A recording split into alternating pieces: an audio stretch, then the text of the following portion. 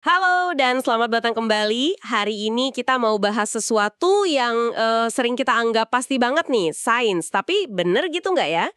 Gimana sih sains itu sebenarnya menghadapi ketidakpastian? Kita bakal ngulik bab 8 dari sebuah buku nih yang fokusnya spesifik banget soal sains dan ketidakpastian.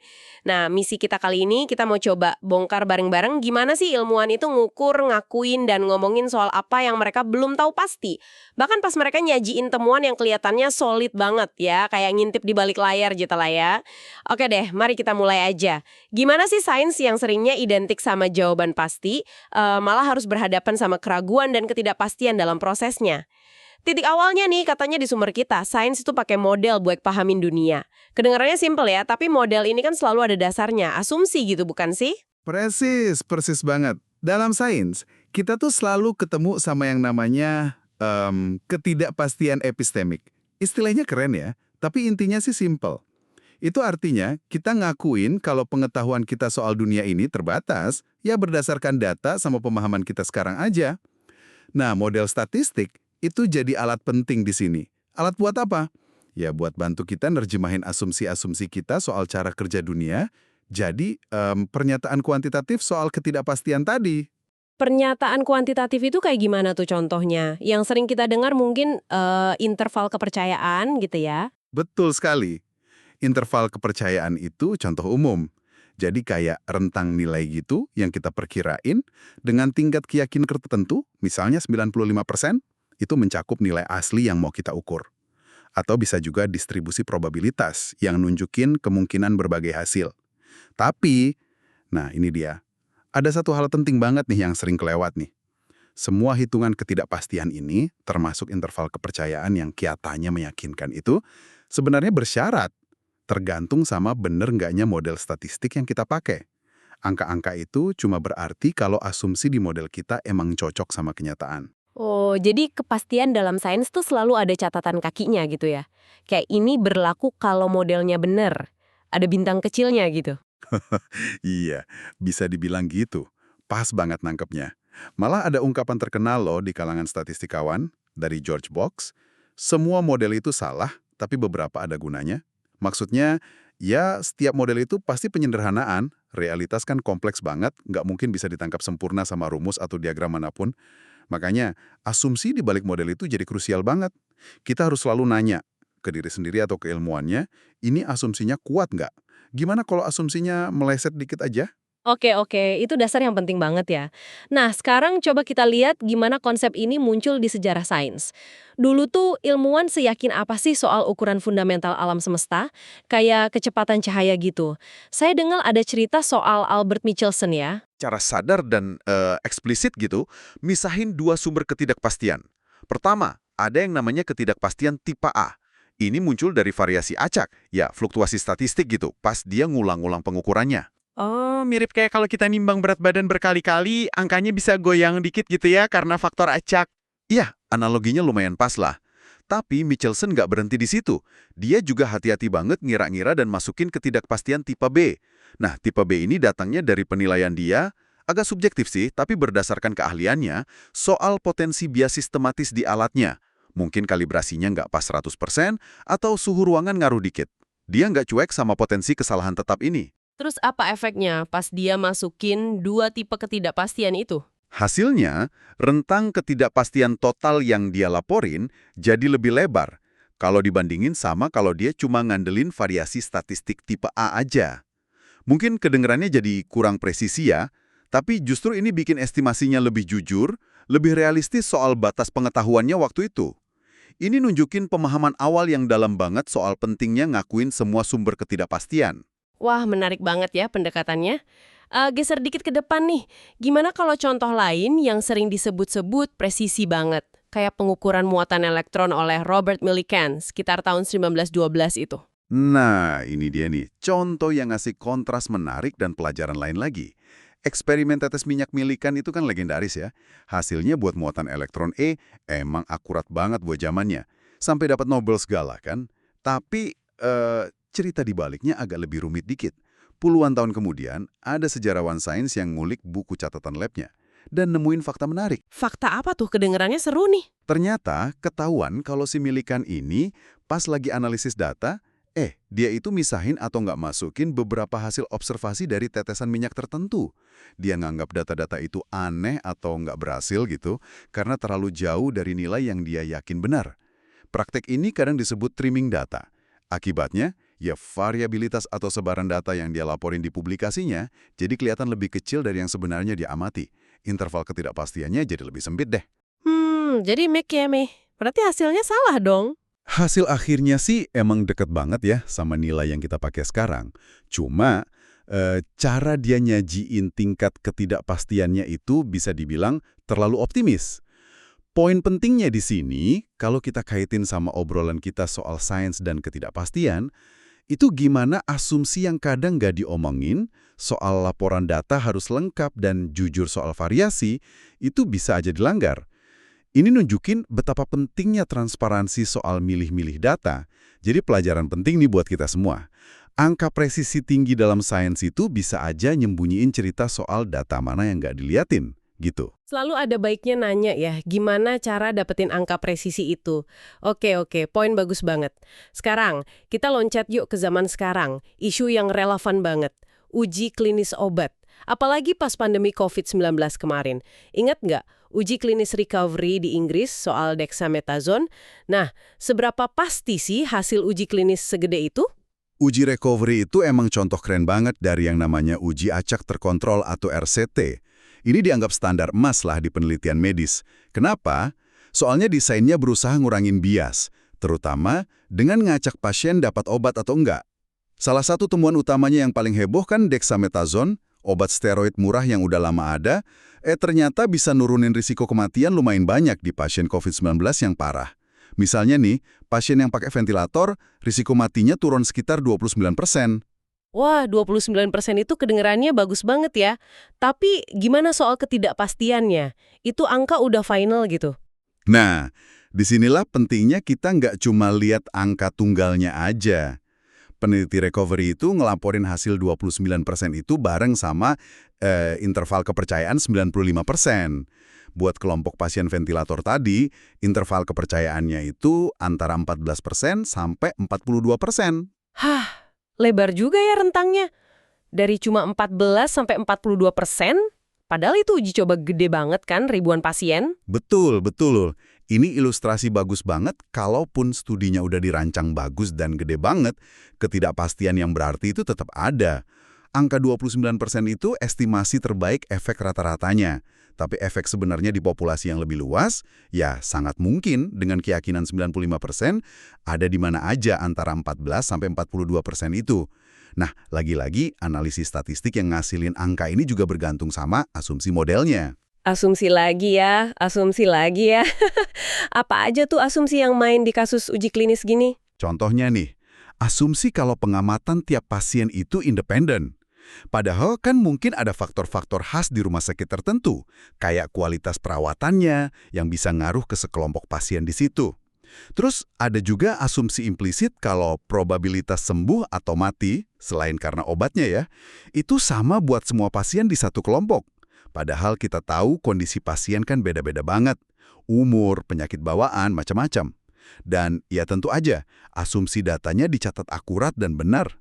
Meskipun di uji coba kayak recovery, biasanya ini udah diatur rapi sih. Jadi, nerjemahin hasil studi, sekalipun sekuat recovery, ke keputusan buat pasien atau kebijakan publik, itu nggak sesimpel ngambil angka rata-ratanya doang ya. Angka tunggal itu baru awal cerita ternyata. Banget. Perlu paham signifikansi statistiknya, rentang ketidakpastiannya, sama sadar juga soal asumsi model yang mungkin nggak sepenuhnya pas di dunia nyata, yang ya lebih berantakan. Kompleksitas ini sering hilang kalau di berita, yang suka angka tunggal yang heboh aja. Nah, ini nyambung ke pertanyaan menarik lain nih. Gimana kalau ada beberapa kelompok ilmuwan pakai model atau asumsi yang beda dikit, tapi nyoba analisis hal yang sama? Contoh nyata pas pandemi kan banyak banget tim yang nyoba ngitung angka reproduksi virus, si R itu. Ini contoh yang jelas banget soal ketidakpastian model. Jadi ketidakpastian yang muncul bukan cuma karena datanya terbatas, Tapi karena kita nggak tahu pasti model mana sih yang paling pas ngegambarin kenyataan. Di Inggris tuh ada kelompok penasihat ilmiah pemerintah namanya SPIMO. Tugas penting mereka itu ngumpulin dan nyoba nyatuin berbagai perkiraan angka R dari tim-tim pemodelan independen di seluruh negeri. Nah, tiap tim ini kan mungkin pakai sumber data beda dikit, metode statistiknya beda, dan yang penting, asumsinya juga beda soal gimana virus nyebar. Terus apa yang mereka temuin pas ngebandingin hasil dari tim-tim yang beda-beda itu? Angkanya sama semua atau gimana? Justru itu temuannya menarik banget dan agak bikin mikir juga ya. Pas perkiraan angka R dari berbagai tim ini dijejerin, kelihatan bedanya lumayan jauh antar model.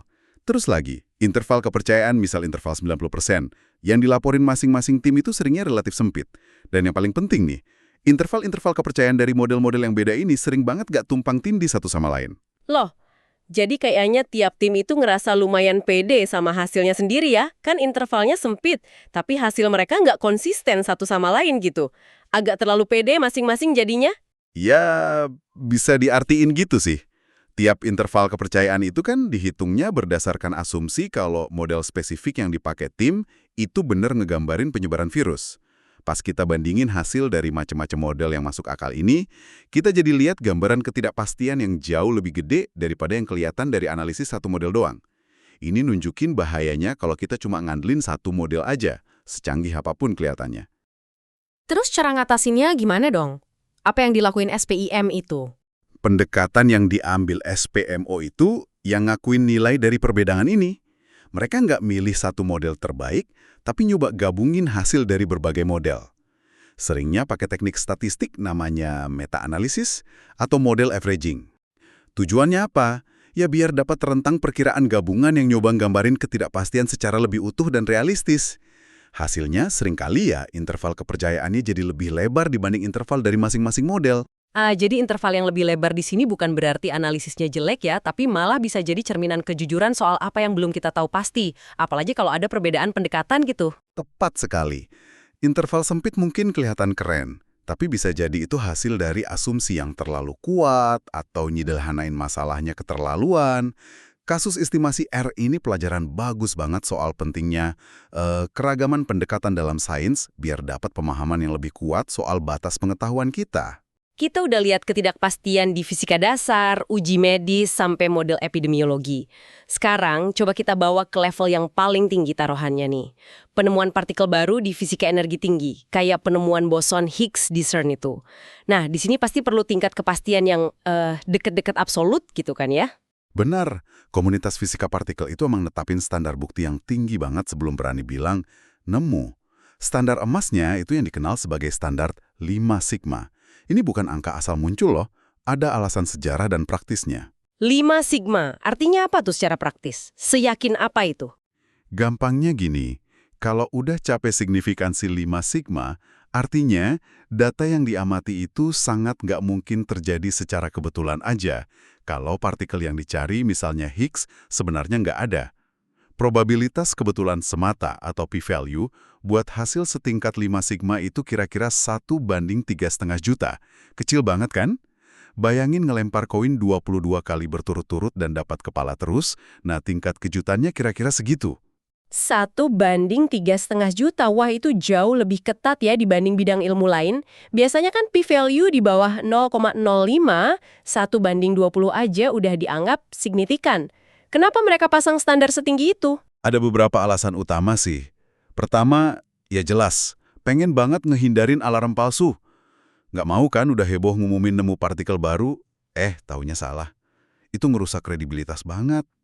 Kedua, para fisikawan ini sadar banget kalau model standar fisika partikel yang mereka pakai, meskipun sukses banget, tetap aja sebuah model. Ada banyak asumsi dan pendekatan di dalamnya. Mereka nggak mau klaim sebesar penemuan partikel baru terlalu bergantung sama detail model yang mungkin belum dipahami betul.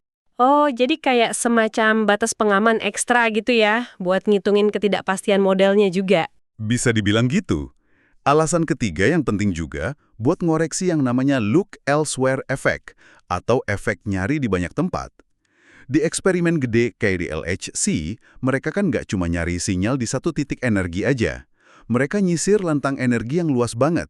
Nah, makin banyak tempat kita nyari, makin gede kemungkinan kita nggak sengaja nemu fluktuasi acak yang kelihatan kayak sinyal, padahal bukan. Standar 5 sigma yang ketat ini bantu ngimbangin fakta itu. Berarti klaim 5 sigma kayak pas nemu Higgs itu pun bukan jaminan pasti 100% ya kalau mereka beneran udah nemu partikel ya? Bukan jaminan kepastian absolut secara filosofis gitu ya. Lebih tepatnya, signifikansi 5 sigma itu ukuran kuantitatif seberapa kuat data yang dilihat itu nggak cocok sama hipotesis kalau partikel Higgs nggak ada. Ini argumen statistik yang kuat banget buat ngelawan hipotesis nol itu. Tapi tetap aja, bahkan setelah klaim 5 sigma, proses konfirmasi lewat eksperimen lain dan ngukur sifat-sifat partikelnya lebih detail itu penting banget buat bangun kesepakatan ilmiah yang kokoh. Pernah ada nggak sih klaim signifikansi tinggi gitu tapi ternyata keliru? Ada contoh menarik soal partikel hipotesis namanya pentaquark. Sekitar tahun 2003, ada beberapa klaim nemuin itu. Salah satunya malah sampai 5,2 sigma loh signifikansinya. Tapi, eksperimen-eksperimen berikutnya pakai data lebih banyak, gagal nemuin lagi. Akhirnya klaim awal itu ditarik. Ini jadi pengingat kalau standar setinggi 5 sigma pun nggak kebal sama kemungkinan fluktuasi statistik ekstrim. Atau mungkin ada bias sistematis yang belum ketahuan. Intinya ya, klaim besar butuh bukti kuat, tapi bukti itu tetap aja nyender ke model dan cara kita baca data ya. Oke, setelah kita ngobrolin semua contoh ini, dari Michelson sampai Chern, kayaknya benang merahnya jelas banget ya. Cerita sains sebagai pencari kepastian mutlak itu perlu dilengkapi sama pemahaman soal gimana ketidakpastian itu diurusin. Pertanyaannya nih, gimana sih ilmuwan secara praktisnya ngelola semua jenis ketidakpastian model ini di kerjaan mereka sehari-hari? Kuncinya, ya kesadaran. Ilmuwan yang bagus itu paham kalau ukuran ketidakpastian statistik yang mereka hitung, mau itu interval kepercayaan, p-value, atau apapun, itu selalu, dan ini perlu diulang nih, bersyarat sama validitas model yang mereka pakai. Mengingat kita tahu kalau semua model itu salah di level tertentu, mereka pakai macam-macam strategi buat ngatasin keterbatasan ini, biar dapat gambaran yang lebih kuat lah. Strateginya kayak gimana aja tuh? Pertama, mereka sering lakuin analisis sensitivitas. Maksudnya, mereka sengaja coba ubah beberapa asumsi kunci di modelnya, atau malah pakai model lain, buat lihat seberapa jauh hasilnya berubah. Kalau hasilnya stabil aja, meskipun asumsinya digoyang dikit, nah itu bikin lebih pede. Kedua, kayak yang tadi kita bahas di kasus angka R ya, gabungin hasil dari tim atau model yang beda-beda, lewat meta-analisis misalnya. Ini bantu lihat gambaran lebih gede, dan ngakuin ketidakpastian antar model. Kayak nyari kesepakatan atau paling nggak rentang pandangan yang lebih luas gitu ya. Betul. Strategi ketiga, kadang pakai penilaian ahli. Ada kalanya sumber ketidakpastian atau potensi bias itu susah dihitung pakai statistik. Misalnya kualitas data zaman dulu yang diraguin. Nah, penilaian kualitatif dari ahli di bidang itu bisa dipakai buat ngelengkapin analisis angka. Keempat, dan ini penting banget, komunikasi yang transparan. Ilmuwan yang bertanggung jawab itu bakal jelasin keterbatasan studi mereka, nyebutin asumsi-asumsi penting di balik kesimpulannya, dan nyajiin ukuran ketidakpastiannya secara jelas. Gak cuma angka tunggalnya aja. Jadi intinya bukan nyembunyiin ketidakpastian ya, tapi malah dibawa ke permukaan dan diakui terang-terangan. Kedengarannya kayak gabungan antara transparan sama rendah hati secara intelektual gitu. Pas banget rangkumannya. Ngelola ketidakpastian model dan ngakuin batas pengetahuan kita itu bukan tanda kelemahan metode ilmiah loh. Malah sebaliknya, itu bagian penting dari proses penemuan yang jujur, proses koreksi diri, dan ujung-ujungnya jadi kekuatan sains yang bikin dia bisa terus maju. Terus apa artinya semua obrolan kita ini buat Anda nih pendengar kami, yang mungkin bukan ilmuwan tapi kan tiap hari nerima informasi ilmiah? Pesan utamanya gini, kalau ketemu klaim ilmiah, apalagi yang pakai angka-angka meyakinkan, ingat aja, kalau kepastian itu hampir selalu datang sepaket sama asumsi dan hitungan ketidakpastian di belakangnya. Sayangnya, bagian asumsi sama ketidakpastian ini sering nggak ikut diberitain luas. Bener banget. Punya pemahaman ini bakal bikin Anda jadi konsumen informasi yang lebih pinter dan kritis. Jangan gampang silau sama angka tunggal yang disajiin seolah itu udah final. Coba cari tahu lebih jauh. Rentang ketidakpastiannya gimana? Asumsi utamanya apa? Ada studi lain nggak yang hasilnya beda? Ngakuin ada keterbatasan model dan ngehargain perbedaan pandangan antar studi itu bukan sikap anti-sains loh. Justru sebaliknya, itu bagian dari paham gimana sains bekerja dan berkembang. Nah, sebagai penutup diskusi kita kali ini, ada satu pemikiran nih buat Anda bawa pulang buat direnungin. Mengingat semua model ilmiah itu, dari yang paling simple sampai paling rumit, sebenarnya cuma penyederhanaan dari realitas yang jauh lebih ruwet. Seberapa besar sih keyakinan yang seharusnya kita taruh di temuan-temuan ilmiah? Apalagi kalau keputusan penting, buat hidup pribadi atau kebijakan publik harus dibuat berdasarkan temuan itu. Gimana caranya kita nyeimbangin antara keharusan buat jujur ngakuin ketidakpastian yang ada sama kebutuhan praktis buat tetap bisa ambil tindakan di dunia yang nggak pernah nunggu kepastian absolut. Sampai jumpa di pembahasan mendalam berikutnya ya.